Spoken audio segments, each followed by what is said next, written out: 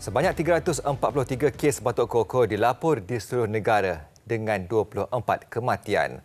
Timbalan Menteri Kesihatan Luka Nisman Awang Sauni berkata, daripada jumlah itu 173 kes membabitkan bayi berusia bawah 5 bulan. Tambah beliau, di Sarawak 11 kes dilapor dalam tempoh Januari hingga Ogos tahun ini.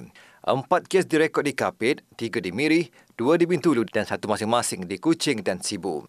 Setakat ini di Sarawak, pihaknya tidak menerima kes yang agak kritikal dan ia masih dalam keadaan terkawal.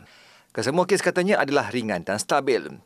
Jelasnya vaksinasi sangat penting dan pihaknya berusaha untuk bekerjasama dengan pihak media supaya kesedaran mendapatkan vaksinasi awal dapat dilakukan kerana perlu menerima hakikat wujudnya golongan anti-vaksin dalam kalangan masyarakat negara ini.